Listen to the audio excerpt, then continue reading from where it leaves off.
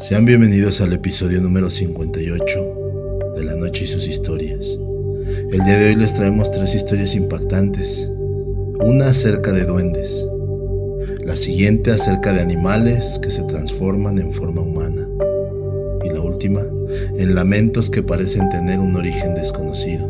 Esperemos que les provoquen pesadillas esta noche. Pero antes de comenzar queremos advertirles que esa silla con ropa sucia al fondo de tu habitación, ese abrigo colgado o esa sombra en la ventana, podría no ser lo que tu mente quiere creer. Por eso solo recuerden una cosa: no volteen a la oscuridad. La siguiente historia se titula El lamento del sótano. Mi madre desapareció cuando yo tenía 12 años. Ella había salido al pueblo vecino un día, según la señora Rosalía, nuestra empleada doméstica, y no volvió jamás. La buscaron durante semanas, pero nunca encontraron ninguna pista. Recuerdo que mi padre estaba devastado, y la señora Rosalía se encargó de mantener la casa y cuidarnos mientras él viajaba para intentar encontrar alguna señal de mi madre.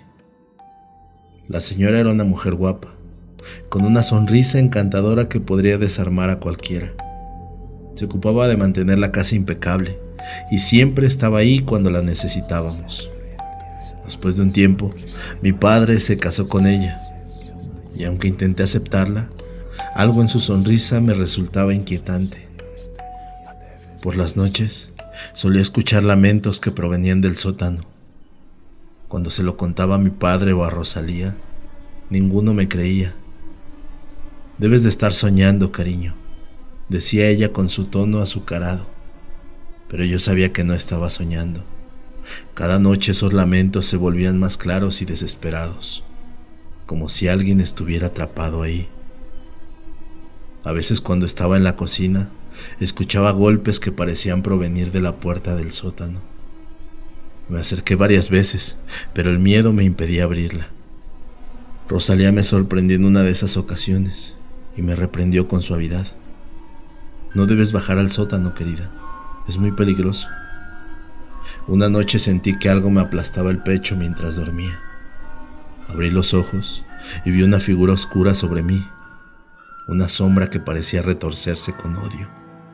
Quise gritar, pero no podía moverme. Entonces la figura se aclaró y vi el rostro de mi madre, con el mismo semblante dulce que recordaba. «Sótano», susurró. Desapareció tan rápido como había aparecido, y la presión en mi pecho se alivió. Me senté en la cama, temblando, pero decidida a encontrar la verdad. Me levanté y fui al sótano, armada solo con una linterna y una pala. La puerta chirrió cuando la abrí, y los escalones crujieron bajo mis pies mientras bajaba. El aire estaba húmedo y frío, y el olor a moho llenaba el ambiente. Caminé hacia el rincón más oscuro, donde había una vieja vela encendida. El débil resplandor apenas iluminaba una pequeña trampilla en el suelo. Con el corazón martillando en mi pecho comencé a cavar. El sonido del metal contra la tierra resonaba en el silencio. Después de un rato, la pala golpeó algo duro. Escarbé con las manos hasta encontrar un pequeño pestillo, que al abrirlo reveló un compartimiento secreto. Dentro encontré el cuerpo de mi madre, envuelto en un vestido azul que reconocí de inmediato. Llamé a la policía y cuando llegaron se sorprendieron de cómo nadie había encontrado el cuerpo antes. Mi padre estaba desconsolado, pero no podía creer que Rosalía tuviera algo que ver. Sin embargo, cuando interrogaron a los vecinos, muchos recordaron que mi madre había empezado a comportarse extrañamente después de que Rosalía llegó a la casa. Se había vuelto desconfiada y retraída, hablando en susurros sobre alguien que intentaba hacerle daño. Finalmente ella confesó. La atrapó en el sótano y le quitó la vida, antes de enterrar su cuerpo en el compartimiento secreto. Todo esto ocurrió cuando mi padre se encontraba de viaje. La policía se la llevó y yo quedé sola con mi padre, que nunca volvió a ser el mismo. Desde esa noche ya no escucho lamentos en el sótano, pero a veces, cuando entro en la cocina, Me parece oír un débil susurro que dice: gracias, hija. Recuerden que si les gusta el contenido pueden suscribirse al canal. Dándole like o dejando algún comentario nos ayudan para seguir trayendo más historias como estas. Nos pueden seguir en nuestras redes sociales como La Noche y sus historias. La siguiente historia la comparte Luisa Ríos. Esta es una pequeña historia que fue contada hace muchos años. Comenzaré diciendo que en varios poblados de México se comenta que cuando los caballos relinchan y corren como locos en los potreros o en los prados, es porque los han montado los duendes, y como resultado de ello, quedan unas curiosas trenzas en sus crines o en sus colas. Hace 2 años tuve la oportunidad de ir a Huasca de Ocampo, en Hidalgo, y a mucha insistencia de mi hijo nos dirigimos al Museo de los Duendes. Entre otras cosas, ahí nos explicaron que las trenzas que aparecen en los crines son una especie de columpio, de tejido muy fino donde los duendes se divierten al ir montados sobre él, mientras el caballo corre despavorido. Si algún día tienen la oportunidad de conocer el pueblo mágico de Huasca, en verdad les encantará. Esto sucedió en el municipio de Castillo de Teayo, Veracruz, por la época de los 60s. Las casas en esa zona eran de paredes de varas, revocadas con lodo y láminas de cartón. Como en la mayoría de las casas, la cocina era un cuarto que se encontraba separado de lo que era la recámara. En esa zona se cocinaba con madera, por lo que cada cocina tenía un fogón. María, la partera, se encontraba arreglando los catres y recogiendo los petates, mientras en la cocina había dejado al pequeño Pedro, de 6 meses de edad, sentado en el piso. Cuando terminó se dirigió a la cocina, pues debía preparar el lonche que llevaría su marido a la parcela a media mañana. Entró a la cocina y no percibió que Pedro no hacía ruido, así que continuó con sus labores, tratando de terminar rápidamente, para así poder llevar el almuerzo. De pronto, vio que muchos niños se acercaban corriendo y gritando: Doña Mari, se llevan a Pedrito, se lo llevó el duende, gritó uno de los niños. ¿Cómo? Si Pedrito está aquí conmigo. María volteó a buscar a Pedrito, y grande fue su sorpresa y susto al no encontrarlo donde lo dejó. Ella sabía que el niño no gateaba ni se arrastraba, por lo que por sí solo era imposible que se hubiera movido del lugar donde lo dejó. Los niños fueron corriendo a la parcela a avisarle al esposo de María, mientras otros corrían a sus casas a avisar a sus padres que el duende se había llevado a Pedrito. El niño que había visto todo contaba que era un ser pequeñito, casi del tamaño de Pedrito, de grandes zapatos y enormes orejas puntiagudas. Se había llevado cargando a Pedrito. No tardó ni media hora en que un grupo de hombres se armaron, algunos con sus machetes mientras otros cargaban con rifles y pistolas. Salieron todos en dirección a donde indicaban los niños que el diminuto ser se había dirigido. Poco a poco se fueron adentrando en los cerros cercanos. La noche caía y no había indicios del grupo de búsqueda, hasta que, pasada la medianoche, se vislumbró en el cerro cercano las antorchas con las que el grupo alumbraba el camino de regreso. Su búsqueda había fracasado y regresaban con las manos vacías y el ánimo por los suelos. María rompió en llanto mientras los hombres se dirigieron a sus casas a descansar. Así pasaron algunas horas y el cansancio y la tristeza vencieron a María. Ya era madrugada cuando los hombres se volvieron a reunir frente a la casa de María. De pronto oyeron un golpe en la puerta de la cocina, seguido de un grito muy agudo. Fueron corriendo y al encender el quinqué de petróleo, descubrieron un bulto sentado sobre el fogón. Al acercar el quinqué, se dieron cuenta que era un bulto pequeño, con algunas monedas de oro. Despertaron rápidamente a María, y ella no sabía qué hacer. Los hombres decidieron llevar a los perros a que rastrearan por dónde había huido ese duende, que venía a pagar por lo que había tomado. Todo el pueblo se unió y fueron siguiendo los ladridos y maullidos de los perros. Casi al amanecer, escucharon a lo lejos gritos y el eco de los perros peleando. Fueron corriendo, pero no alcanzaron a llegar a tiempo. Solo encontraron pequeñas ropas destrozadas, trozos de carne y una pequeña hebilla de oro, totalmente manchada de sangre.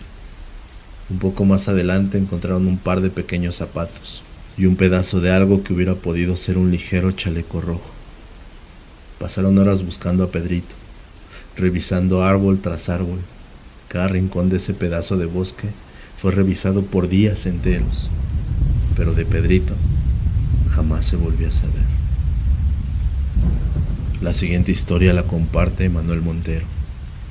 Esta historia ocurrió hace unos 7 años y todavía puedo recordar ese horror con bastantes escalofríos. Mi padre solía tener un establo donde cuidaba a sus caballos con mucho amor.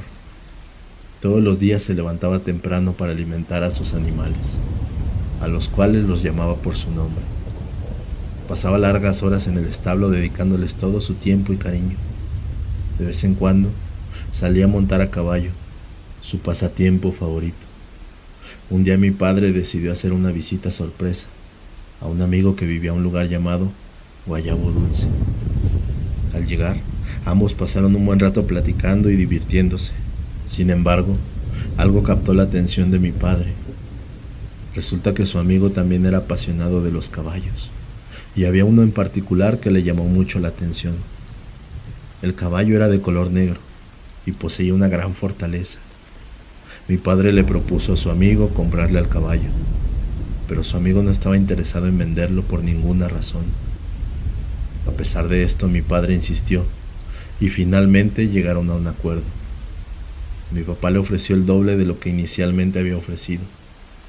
Por la tarde, mi papá llegó a la casa con el caballo. Todos quedaron encantados, excepto yo. Cuando lo vi por primera vez experimenté un escalofrío inexplicable y muy profundo. Ese caballo me observó detenidamente, como si tuviera intenciones de devorarme. En la noche, decidí salir a dar un paseo por los alrededores de los establos. Estaba aburrido y me quería despejar un poco la mente. Mientras pasaba por el lugar donde se encontraba el caballo que mi papá había comprado, de repente escuché una voz un tanto siniestra. Me puse un poco nervioso, pensando que podría ser algún ladrón, pero no había nada, solo aquel caballo que me miraba fijamente. De pronto, comenzó a relinchar de manera espeluznante y muy fuerte. Salí deprisa en busca de mi padre y le expliqué la situación. Cuando mi papá llegó al lugar donde se encontraba aquel caballo, este se mostraba sumamente calmado. Quizás se había asustado. Después de ese suceso transcurrieron varios días y aquel caballo mostraba un comportamiento muy extraño, incluso con mi padre. Cuando intentaba montarlo, el caballo se resistía y lo miraba de una forma aterradora. Yo solía pasar todas las noches por el establo, pero en una noche tranquila, mientras me encontraba cerca del establo, fui a verificar la presencia de aquel extraño caballo, pero no estaba ahí. Salí en su búsqueda pensando que quizás se había escapado. Sin embargo, al girarme de repente sentí un aliento fuerte detrás de mí. Era el espeluznante caballo que me miraba fijamente, con una mirada fría y profunda. Lo que me horrorizó por completo fue cuando aquel escalofriante caballo me saludó con un escalofriante «Hola, humano». En aquel instante mi cordura se desvaneció y escapé a toda velocidad. El caballo me seguía lentamente, cuando de repente mi padre apareció y me cuestionó sobre lo que estaba ocurriendo. Yo no sabía qué responder. De todas formas, él no me iba a creer. Sin embargo, antes de que pudiera pronunciar una palabra, aquel espeluznante caballo apareció y atacó a mi padre y a mí, mordiendo con sus afilados colmillos. En ese instante creíamos que íbamos a perecer. Sin embargo, los vecinos oyeron los gritos y acudieron a nuestra ayuda. El caballo huyó hacia el monte, pero pude presenciar cómo aquel equino había mutado de aspecto. Se erguió en 2 patas y desapareció por completo. Mi padre y yo nos quedamos completamente horrorizados, pero al parecer a mi padre le faltaba su brazo izquierdo. El caballo se lo había arrancado por completo. Yo tenía varios rasguños. Por suerte escapamos con vida. Después de ese macabro suceso, mi padre fue hospitalizado y meses más tarde vendió el establo. Había desarrollado una especie de fobia hacia los caballos. Más tarde mi padre fue a visitar a su amigo para hablarle del espeluznante caballo, pero este ya no estaba. Se había ido del campo a otro lugar. Hasta el día de hoy no sabemos su paradero. Parece como si se hubiera esfumado. Sin embargo, ese suceso nos marcaría para toda la vida. Si desean compartir alguna narración, una anécdota o algo relacionado con lo sobrenatural, recuerda que puedes escribirnos a lanochesysushistorias@gmail.com.